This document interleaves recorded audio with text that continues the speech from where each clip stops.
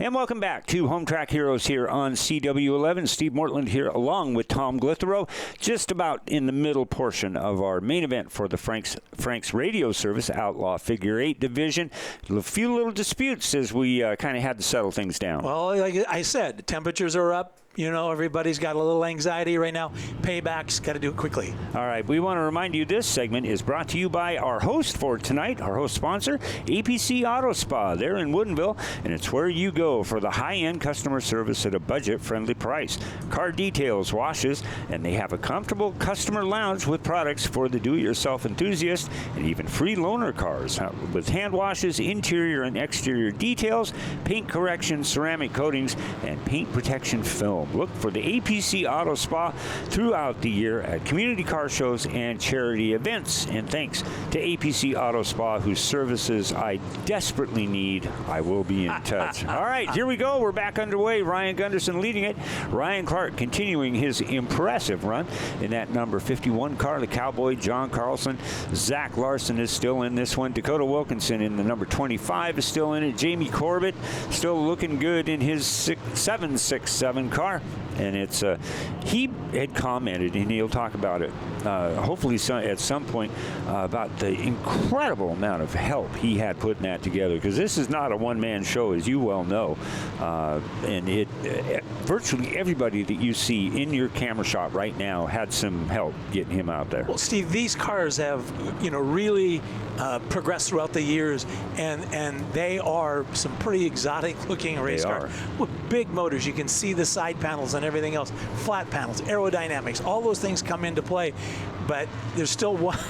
See, it's just continuing on. It's like, okay, I'm done with you right now, and you're going to quickly see the black flag come out right there from Mr. Peterson, our flagman, and that's what's happening right now down in the south turn, as the 51 car is serving his penalty. Yep, and he gets told to get thyself back out on that track and tighten her up a little bit, but still, and this kind of even goes to speak to the passion with which these guys and gals put into their programs, their performance out on the track. This is not easy to do. and each one of them has just got my respect in spades. And then sometimes it's just a mistake. And I think right in that particular situation, Ryan Clark just got in there a little deep, a little bump, and that's all it took to turn him around. Sometimes they get in there a little too deep on purpose, and but in this particular case, the way Clark pulled over, served his penalty, and joined back up, I think he knew that it was coming. Yeah, and that tells you a lot about the young man as well. But boy, what a break for the Cowboy John Carlson. And I got to tell you this, I think John Carlson's car is the absolute best looking car that I have ever seen him have. We've been watching John forever out here in the figure 8 division, and this car really is, and we look at it from a perspective of having to identify these guys when we're 40 rows up in the grandstands and having to look down, and he makes it so easy for us to find him, and I'm just so impressed with how that thing looks. The 50 of the Cowboy John Carlson in the lead. We're going to have 7 laps to go when he's about another half a lap away, as the Cowboy now by about 10 car lengths over Zach Larson in the 83. Dakota Wilkinson in the number 25 is your top 3. 7 now to go as the leader working in turn 1 and 2. Well, Larson, with just that 6-point lead over John Carlson, who's leading the race, he's trying to get everything he can, and he's trying to get closer to Carlson. He can't make a mistake, though. If he gets to make a mistake, gets in there, turns somebody around, has to go to the back, that would be devastating at this point of the year. And the other thing they're doing is they're working on these cars every night. They're double-checking, triple-checking every nut, bolt. They don't want anything falling off. You don't want anything going wrong. And this is the time of the year where they sleep a little less and they worry a bunch more. John working underneath the number 71 of Nick Holton in his Northwest Adventure Reynolds sponsored car.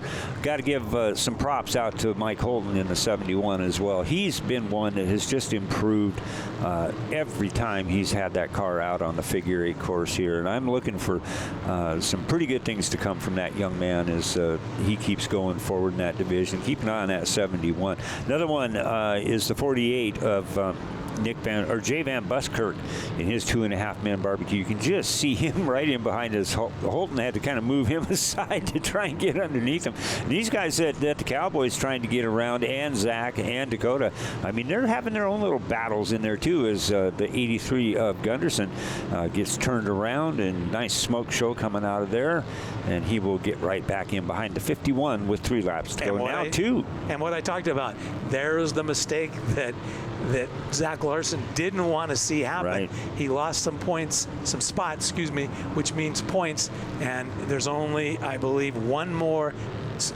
Outlaw Figure 8 race after tonight for the 2021 season. And take a look, with 1 lap to go, who's now in second spot? Jamie Corbett, holy smokes, in the number 767 in his very first race. White flag out, 1 more to go for the Cowboy. John Carlson, Jamie Corbett in second. Can he hang on?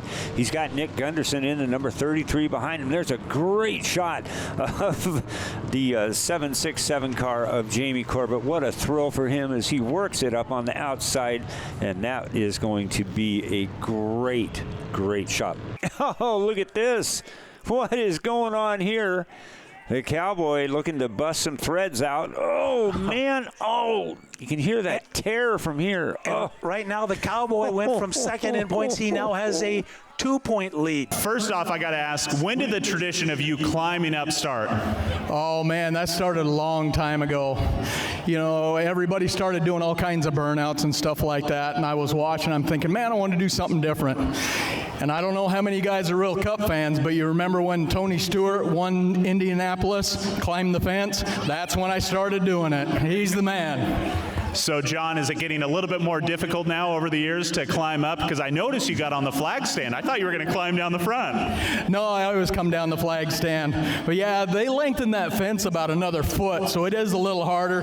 My suit's a little tighter, I'm a little bigger, so it is getting a little rougher. So you had a great race tonight. You were very patient out there because there was a lot of action going on in front of you. Started towards the back of the pack.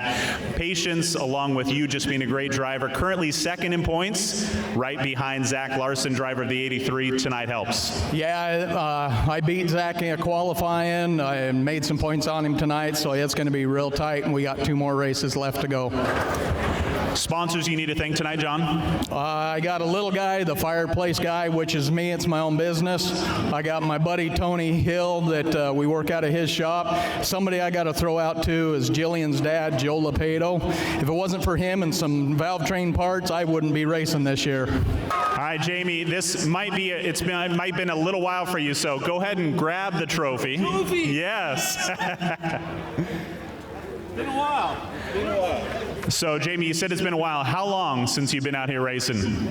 Last year. Well, I did a race for Brad Gruel a few weeks back in the Hornets. That's nothing like what I just did. Is this your first time in an Outlaw Figure 8? This is first V8 race, rear-wheel drive, Outlaw, you name it. I feel so green right now, it's not even funny. So talk about the effort. You said you just got the car started and running on Wednesday. Talk about that effort to be out here tonight. That effort has been going for 8 months straight. You know, Paul Peterson, he's a man, dude. He is the crew chief of the century. My brother Ricky Dietz, Vern Dietz, Bobby Black, Zach Larson, Michaela Larson, Ryan Gunderson, Augie, all these people, Doug Wilkinson, all these people are why I'm here tonight. Thank you. Any other sponsors you need to thank, Jamie? I'm accepting sponsors now, thank you. All right, Nick, first off, you got to introduce us. Who's up here accepting this trophy with you tonight? I got my sons, Garrett and Colin. Were you guys pretty excited to see Dad up on the winner's circle tonight? Yeah. Nice. So, Nick, you were out there in the lead. It was a really exciting race, but a lot of black flags being handed out there tonight. You were able to recover from your spin out there and able to come back up and get a podium tonight.